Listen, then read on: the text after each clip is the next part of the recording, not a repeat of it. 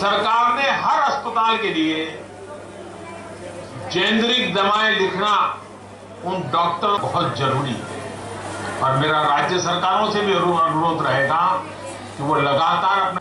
आइए अब हम पुणे चलते हैं।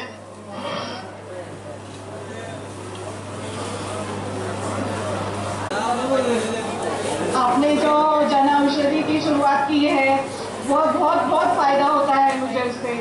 पहले मैं ये दवाई आप 2200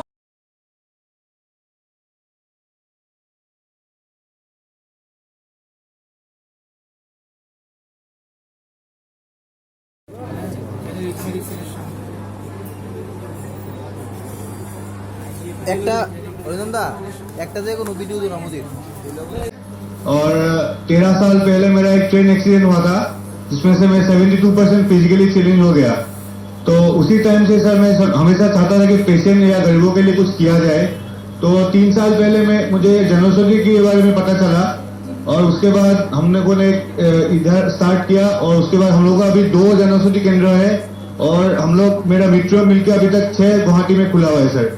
और इसमें से सर क्या बताइए अनुभव। सर इसमें पहले आदमी बहुत कम आता था, अभी धीरे धीरे करके सबको जान पहचान हुआ है और सबको इतना सस्ता में दवाई मिलता है तो बहुत अच्छा लगता है सर। क्योंकि इससे मैं अपना जीविका तो कर ही रहा हूँ, उसमें एम्प्लॉयमेंट जनरेट हो रहा है और ऊपर से सबको गरीबों का बहुत हेल्प हो रहा है सर।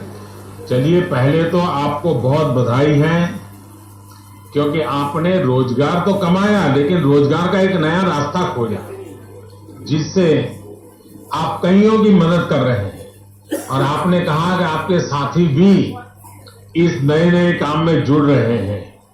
मुझे खुशी है, शायद वहां और भी कुछ लोग होंगे बात करना चाहेंगे।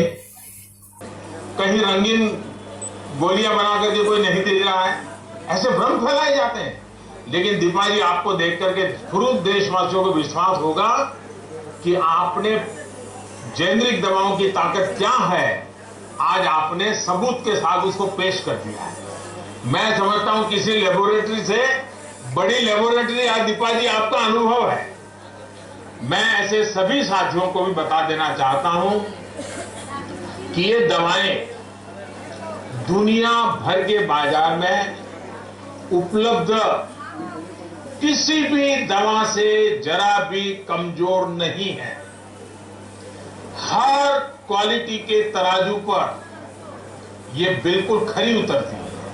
ये दवाएं बेहतरीन लैब से सर्टिफाइड होती हैं।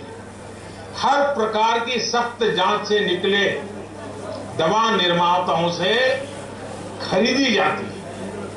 यदि किसी दवा निर्माताओं के विरुद्ध शिकायतें आती हैं तो उनके खिलाफ कड़ी कार्रवाई की जाती है।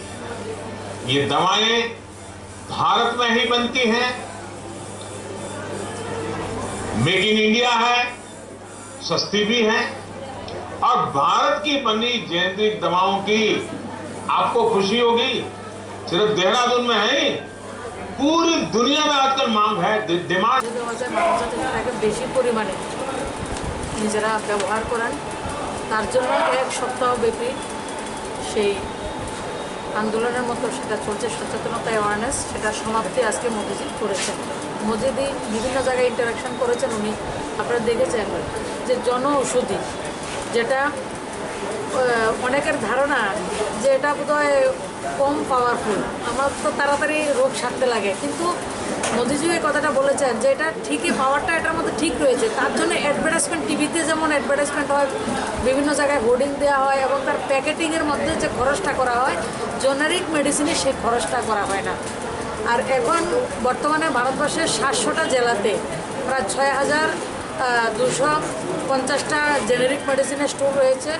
সেই স্টোরে মানুষ ওষুধ পাচ্ছে। বিশেষ করে ভারতবর্ষে গত বছরে 327 কোটি টাকার 65 লাখ 327 কোটি 65 লাখ টাকার জেনেরিক মেডিসিন বিক্রি করা হয়েছে, যার বাজারে যদি অন্য মেডিসিন সেগুলি খরিদ করতো আমাদের যারা পেশেন্ট তারা তার মূল্য ছিল প্রায় 2500 কোটি টাকা, যেটার বর্তমানে আমাদের এই বছরে 18-19-এ আমাদের 2200 কোটি টাকা আমাদের লাভ হয়েছে। আগামী বছর লক্ষ্য রাখা হয়েছে, যেটা লক্ষ্য হচ্ছে 4000 কোটি টাকা যাতে মানুষের বেনিফিট হয়। আপনারা দেখেছেন, যার 10,000 টাকা খরচা হতো ওনার 1000 টাকা খরচ হচ্ছে, যার 2500 টাকা খরচ হতো ওনার 600 টাকা খরচ হচ্ছে।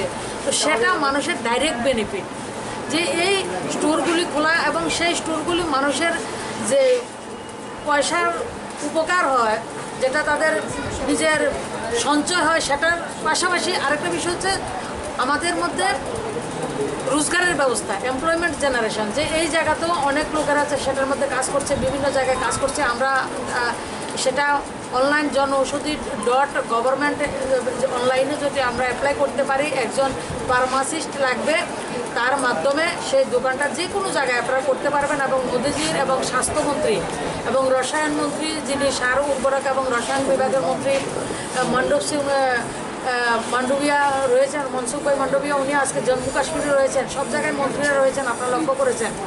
বলেছেন যে ডাক্তাররা যাতে জেনেরিক মেডিসিন মানুষ বেশি করে নিতে পারে, তার জন্য ডাক্তাররা প্রেসক্রাইব করে, তারা বাধ্যতামূলক।